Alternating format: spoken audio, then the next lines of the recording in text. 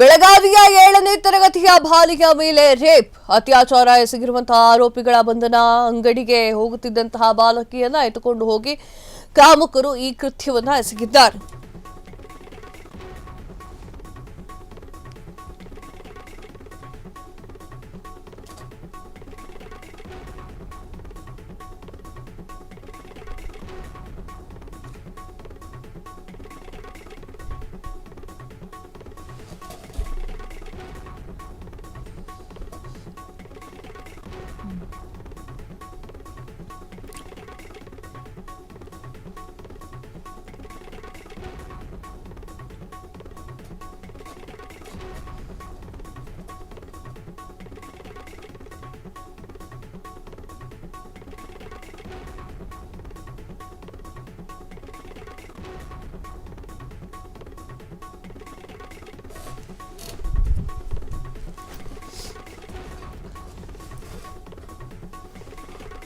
ಬೆಳಗಾವಿಯ 7ನೇ ತರಗತಿಯ ಬಾಲಿಕೆಯ ಮೇಲೆ ರೇಪ್ ಅತ್ಯಾಚಾರ ಎಸಗಿರುವಂತಹ ಆರೋಪಿಗಳ ಬಂಧನ. ಅಂಗಡಿಗೆ ತೆರಳುತ್ತಿದ್ದಂತಹ ಬಾಲಕಿಯನ್ನ ಎತ್ತುಕೊಂಡು ಹೋಗಿದ್ದಂತಹ ಕಾಮುಕರು ಬಾಲೆಯನ್ನ ಕ್ರೂರವಾಗಿ ಅತ್ಯಾಚಾರವೆಸಗಿದ್ದಂತಹ ರೇಪಿಸ್ಟ್ಗಳು ಹುಡುಗಿಯನ್ನ ಕೆಡಿಸಿ ಹೇಳದಂತೆ ಬೆದರಿಕೆ ಹೊಡೆದಿದ್ದಂತಹ ಕಿರಾತಕರು ಆರೋಪಿ ಮಣಿಕಾಂತ್ ದಿನ್ನಿಮಣಿ ಅಂತ ಹೇಳಿ ಬಂಧನ ಮಾಡಿದ್ದಾರೆ ಪೊಲೀಸರು. ಮತ್ತೋರ್ವ ಈರಣ್ಣನಿಗೆ ಬಲೆ ಬೀಸಿರುವಂತಹ ನಾಚಿಕೆ ಆಗಲ್ಲ ನಿಮ್ಗೆ?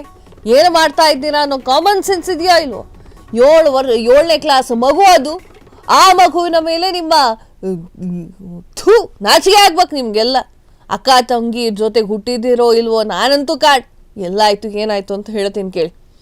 ಬೆಳಗಾವಿ ಜಿಲ್ಲೆಯ ಬೈಲಹೊಂಗಲ ತಾಲೂಕಿನ ಮುರಗೋಡ ಎನ್ನುವಂತಹ ಪೊಲೀಸ್ ಠಾಣಾ ವ್ಯಾಪ್ತಿಯಲ್ಲಿ ವಾಸಿಸುತ್ತಿರುವ 7ನೇ ತರಗತಿಯ ಮಗು 13 ವರ್ಷ ಆಕೆಗೆ ಓರ್ವ ಅಪ್ರಾಪ್ತ ಬಾಲಕಿ ವಿದ್ಯಾರ್ಥಿನಿಯ ಮೇಲೆ ಇಬ್ಬರು ಆರೋಪಿಗಳು ಸಾಮೂಹಿಕ ಅತ್ಯಾಚಾರ ಮಾಡಿರುವಂತಹ ಹೃದಯ ವಿದ್ರಾವಕ ಘಟನೆ ನಡೆದಿದೆ.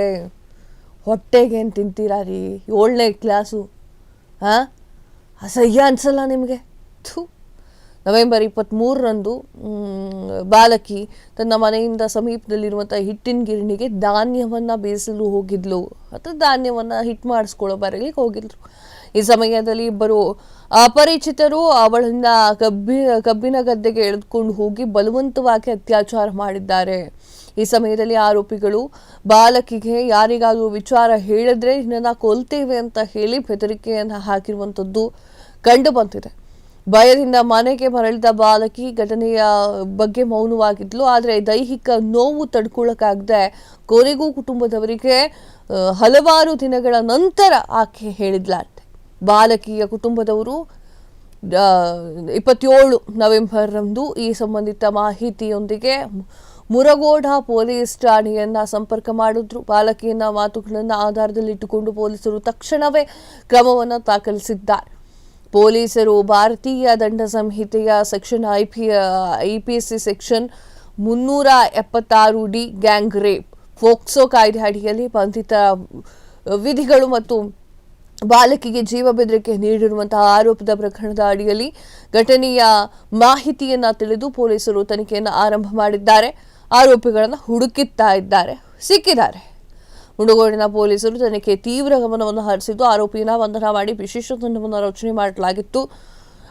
ಘಟನೆಗೆ ಸ್ಥಳದ ಪರಿಶೋಧನೆ ನಡೆಸಿರುವಂಥದ್ದು, ಸಾಕಷ್ಟು ಪುರಾವೆಗಳನ್ನು ಸಂಗ್ರಹಿಸಿದ್ದಾರೆ. ಫೊರೆನ್ಸಿಕ್ ಬಾಲಕಿಯ ವೈದ್ಯಕೀಯ ಚಿಕಿತ್ಸೆ ವೈದ್ಯಕೀಯ ಪರೀಕ್ಷೆ ಕೂಡ ಮುಗಿದಿದೆ.